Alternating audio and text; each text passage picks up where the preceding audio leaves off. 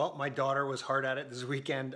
She's got the Christmas tree up. We've got decorations around the fireplace. Got a little train set here, all done up. She's super excited for Christmas, as I'm sure any of you who have children out there is the same way.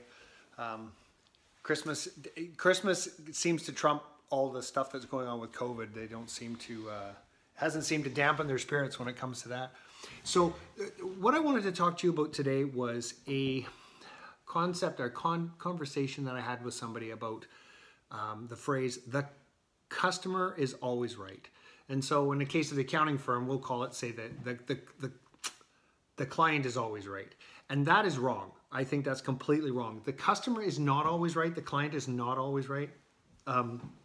In fact, they're quite often wrong. But let me unpackage this a little bit more. It's not, you know, if you're not doing your job right, or if you're not fulfilling the needs that you've said you're going to fulfill on, then, and the client gets upset with you, then of course you're in the wrong. It's not the client. But the danger here, and this is what happened to me in my practice, was that when you're trying to be all things to all people, you're trying to serve too many clients, and so too many customers. And so anybody comes up and says, oh, you do bookkeeping? Oh yeah, okay, I'll do that. You do personal taxes? Okay, yeah, I'll do that. You do this? Yeah, I'll do that.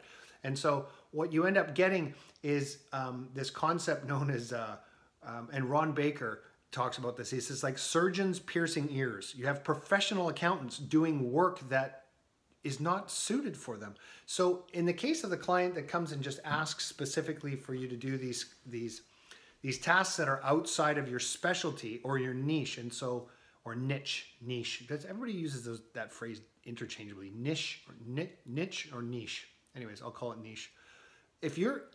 Once you hone down on who you're going to serve, that becomes incredibly powerful, and that in itself will give you a premium on your pricing.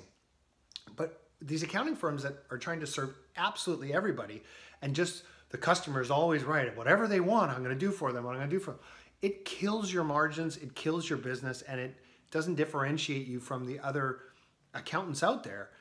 But if you start to niche yourself down and say no to certain things, and so when a customer comes and asks you for something, say, no, I don't do that. So that customer isn't right. They've got to go. You're going to see a major shift in your accounting practice. And so, but again, I remember this when we were back in, let's call it the early 90s when I was articling in the accounting firm. You know, they were always like, the client's always right. The client's always right. You know, hammered into me, the client's always right. Well, no, they're not. They're not always right. They're not the right client for you. And if they're not the right client for you, then they're not right. And so send them on their way. It'll improve your profitability. It'll increase the price you can charge. And it'll give you a lot more free time in your accounting practice. So there you go. Hope anybody else is out there. I got another pig in the corner here. There's kind of random. I come home and then all of a sudden there's these extra little Christmas ornaments up, and my daughter's been, at it without me knowing. So maybe I should do it to her. Maybe that's what I'll do. I'll go shopping right now. Go find another decoration, put it up for her before she comes back from school today. That's a good idea. I think I'll do that. Anyways, I'm Eric Solback, and wherever you're watching this, please scroll down, leave a comment for me, and stay tuned for more success tips to come.